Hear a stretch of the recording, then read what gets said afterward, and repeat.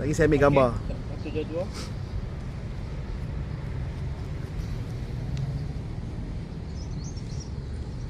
Tapi yang hitam tu kira bayang lah, yang bulat tu. Ya betul. Ni masuk sikit lah.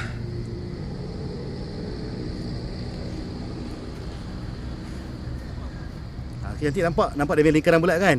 Tu dia dah masuk lah. Dia maksudnya matahari tu melintasi atas setekok tu.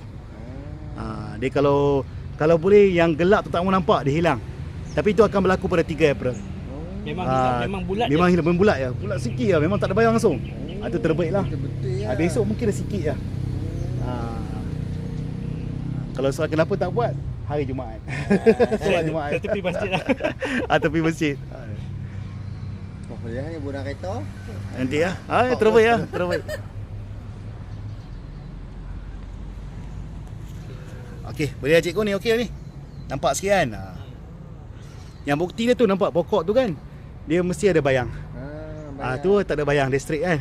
Kalau tiang-tiang lampu tu kan? Tiang-tiang pilih bomba tu kan? Pilih bomba tak nampak? Tak nampak. Dia nampak yang atas tu. Nampak. Dia nampak bawah tu. Ya betul. Betul. Maksudnya memang tengok atas. Yang tegak ni. Batang dia tegak. Tengok kiri kanan tegak. Betul. Ni contoh video kita boleh ambil lah. Tunjuk kawasan sekeliling kan. Yang pilih bomba ni memang tak ada. Kan? Yang batang ni. Yang ni ya, tepi ni ada. Ya betul. Betul. Pilih bomba pun okey lah. Yang terbaik lah ni. Okey.